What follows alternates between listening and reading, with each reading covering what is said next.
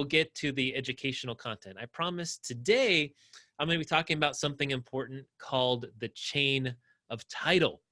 So let me talk through first what is the chain of title. Basically, what you want to do when you're buying property is you want to make sure that, number one, that the person that is selling it to you, whether it's myself or anyone else, that they actually own the thing.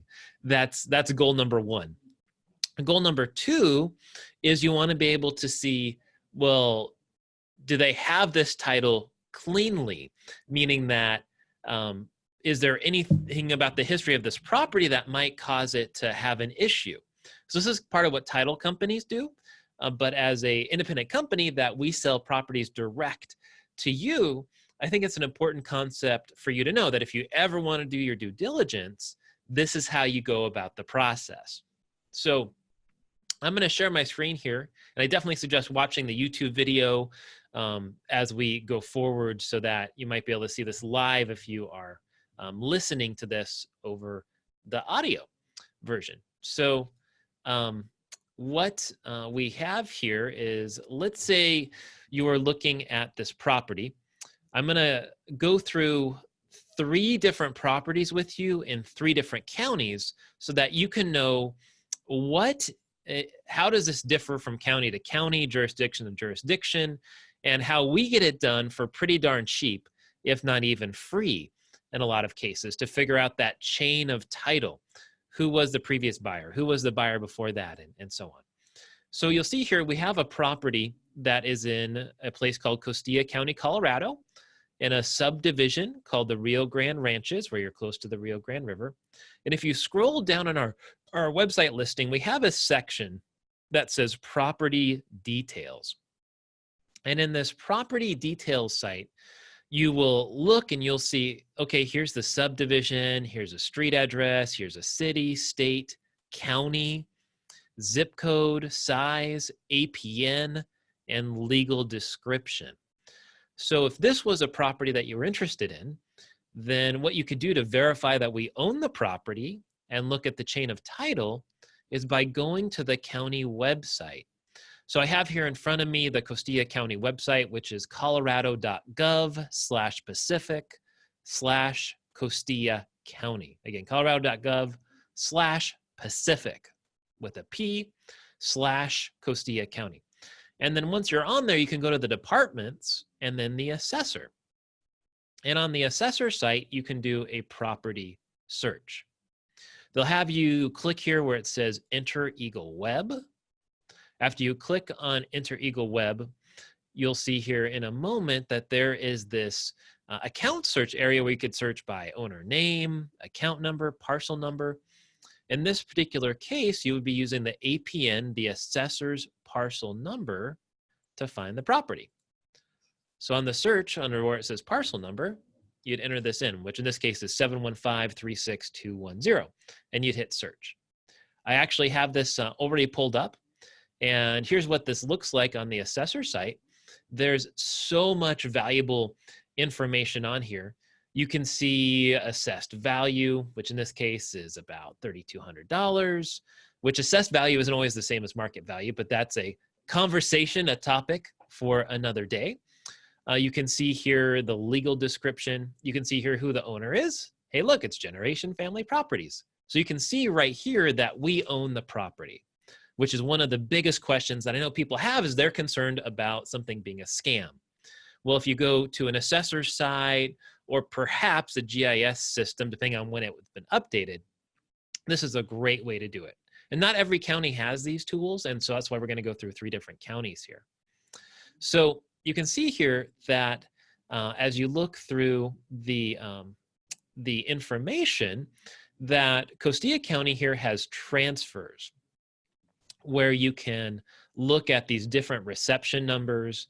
There's different descriptions. There's sale dates, prices, book and page numbers.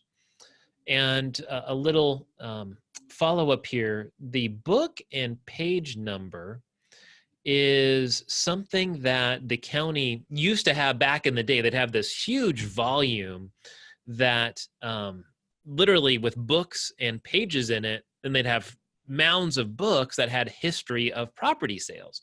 Nowadays, all this stuff is online, and so it's so much easier for us to do. But they still often will have a reception number or book and page number, depending upon the county. So what you can do is you can click on each one of these things and see what's going on here. So let's start at the earliest date that we see, December 18th, 2002.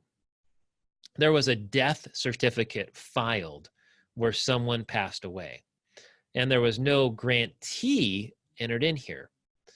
So the gentleman, Tony, had bought this property at some point, and he passed away. And what happened in this particular case was that there were a bunch of people that inherited money at the same particular time. And so it passed from Tony to them. And ideally, we want to see another document here. And so what we'll do if something is missing, we'll call the county and say, hey, we're looking to figure out what happened from here to here. We saw Tony was the last owner and he died. Who are these other owners that are listed, but we don't see them anywhere here on the transfers?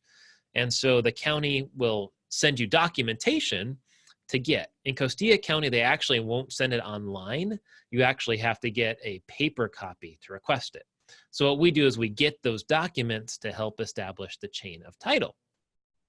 Now here, you'll notice January 24th, 2019, there was a warranty deed. And so these were the beneficiaries from Tony's estate that were listed on the property with the assessor and listed in the transfer paperwork that happened but wasn't showing here on the county website. And then you can see grantee, generation, family, properties. You can see each one of these transactions has a different book number and page number. Now, something else that happened here, you notice there's a personal representative deed. And what happened in this particular case, you'll notice this actually just got recorded a couple of weeks ago. We bought this property in January, but what happened was that the owner name was showing as us and one of the parties who had deceased. And so we had to go and get a personal representative deed signed to make sure that Ronald Long was off of the property, which now obviously you can see that he is. And so that was something that I was looking back through properties we bought. It's like, wait, hold on. This property had been sold. The executor had signed off on it.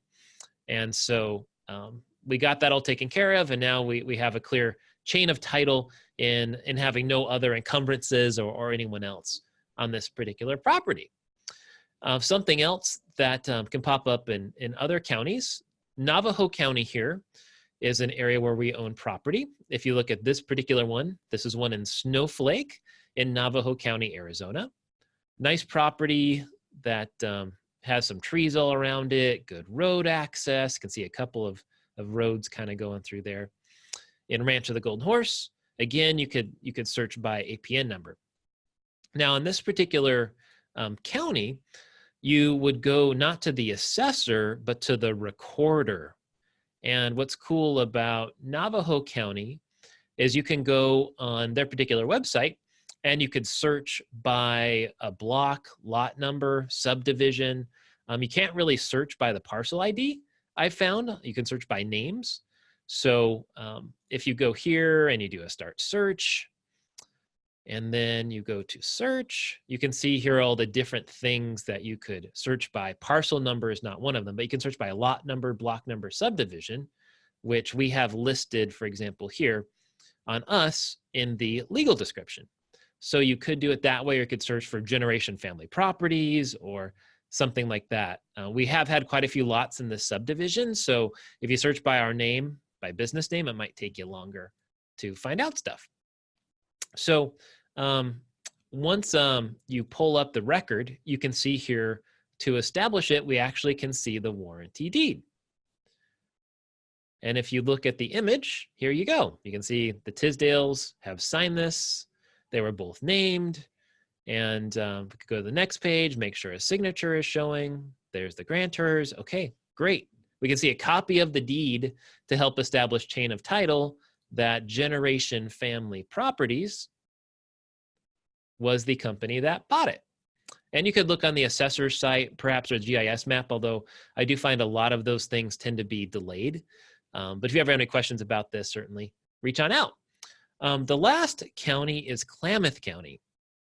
And Klamath County is a little more difficult. You can view who owns a property on the GIS mapping system. So if you go to the assessor's office again, click here on the geographic information system, click here, parcel applications. I generally use this one, the Klamath County Tax Lot Finder. And what's a little funky about Klamath County, here's a property we have in Klamath County. There's a map tax lot number and there's an APN number. And if you search by the APN number, you have to take out the R that's included on the dates. And so you'll go here and search. And again, you can see that Generation Family Properties owns it. Unfortunately, it doesn't tell us much. So in the case of Klamath County, if you want to find out chain of title, what you actually have to do is call the assessor.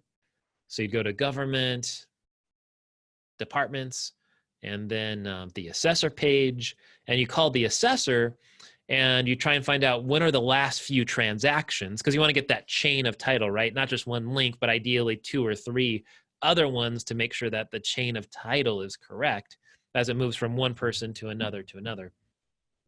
And once you call them, you can find out what book and page number something was recorded on. And then you have to call the recorder. And the recorder, for like $5 or $10, could send you the deeds online. So that's the kind of stuff that we do as we do chain of title. And if anyone else has any other input in terms of maybe something they've used before outside of a title company, always appreciate other people's feedback. So there you are, my friends. There is pretty much everything you need to know about chain of title.